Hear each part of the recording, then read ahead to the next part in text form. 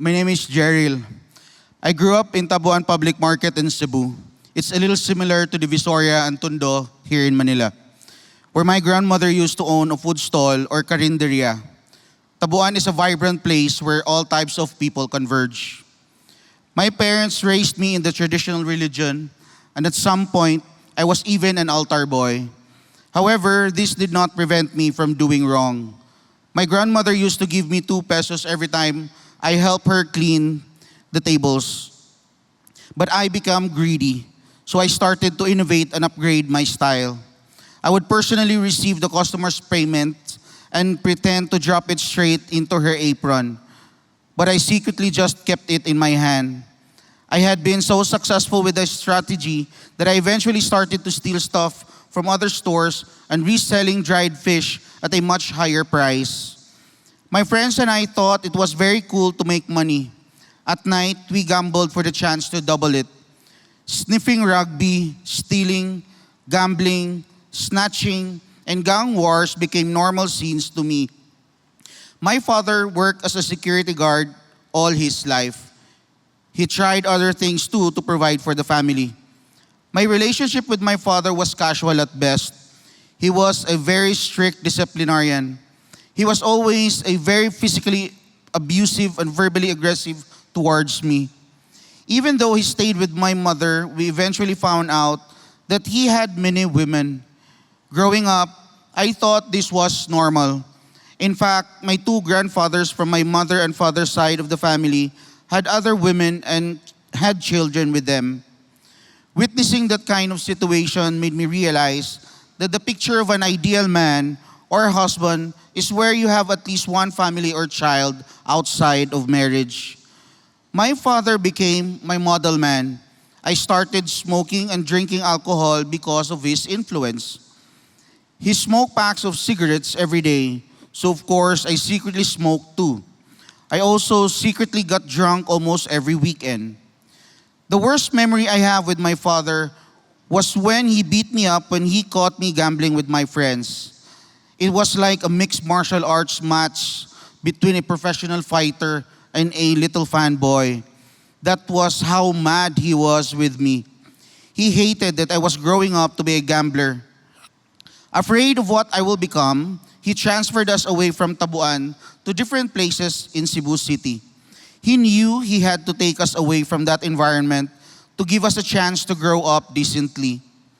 Because this took me away from my friends, I resented my father for this decision.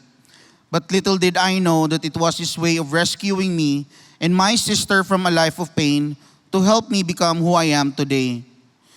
Even so, I had my share of immoral relationships with women, which I thought was normal. In 2005, I was introduced by my friend to a beautiful girl named Sweet. Sweet was based in Manila, so I first met her online. I fell in love immediately with her profile picture unfiltered. And so I pursued my plans for her. Eventually, our relationship became serious. She introduced me to her family. We were going to get married and we planned everything. I was preparing to move to Manila for good. I only needed to go back to Cebu to settle few matters. While in Cebu, I reconnected with an ex-girlfriend of mine. But one thing led to another. Soon, I got her pregnant. I did not know what to do. On one hand, I knew I needed to take responsibility for my child, but I also knew that it was Sweet I wanted to marry. I confessed to Sweet and she decided to break our engagement. But in my heart, I knew I wanted to be with Sweet. I worked out an arrangement with my then ex-girlfriend for me to find ways to take responsibility for our daughter, even though they have decided to live far from me. I realized the mistake I made had consequences in the lives of a mother and an innocent child. It has been one of the many regrets in my life. Through reasons only known to Sweet and God, Sweet decided to forgive me. I pursued her again for a second time. In 2006, we finally decided to get married and start our family in Cebu. The first 9 years of marriage was a complete mess. Even though the Lord blessed us with a corporate job, a daughter, and a son, I continued in my cheating. Yes, even with a face like this, cheating is possible. Sweet and I would fight frequently. There had been so many times when Sweet wanted to separate because of my repeated infidelity. We were also very deep in debt. To help ease some of the financial pressure, I colluded with some men in our neighborhood who offered to illegally hack our electric meter at home so I can bring down the electric bills. I enjoyed the electric bill for a couple of months until I got caught. The authorities came with a warrant to pay the violations, otherwise someone will be put to jail. While we were raising money to settle the negotiated amount with the electric company, we had nights with no electricity.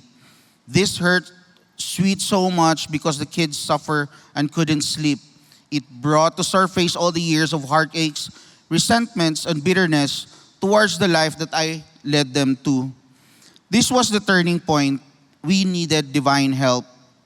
That night, I realized my own sinfulness. With Sweet by my side, I sobbed and asked God for forgiveness. I knew there was a Christian in my workplace. I asked him to introduce me to a Bible-based church in Cebu, where I eventually accepted Jesus Christ in 2014. In 2015, by God's grace, I stopped smoking after sincerely asking God to help me stop. In 2017, my hunger and thirst for more of Jesus grew. We learned that Pastor Bong Saking would be visiting CCF Cebu in the Marriott Hotel back then. So for the first time, we went to attend CCF Cebu and never looked back from our old faith. We were so excited to join a D group, and when a colleague at work invited us to join a couples D group, we said yes without hesitation. It completely changed our lives. We have been in the same D group until now. In 2018, I was reconciled with my first daughter and her mother.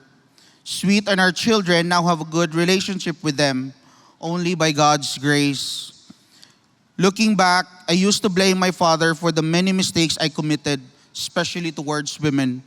But now I realize I must assume personal responsibility. Today, as a Christian father, I have many things to learn and unlearn. I always ask God to co-parent my children. I always make sure to acknowledge Him. As part of modeling the Christian life for my son and daughters, I am now leading a D12 here in church. I believe my God will turn my many regrets to joy in His own time. I may not have the perfect biological father, but I have a perfect Heavenly Father who now teaches me and changes me every day to become the best husband and father I can be for my own family. I am Jeriel Balwit. I was once a slave to sin. Now I am a slave to my Lord and Savior, Jesus Christ. To God be all the glory.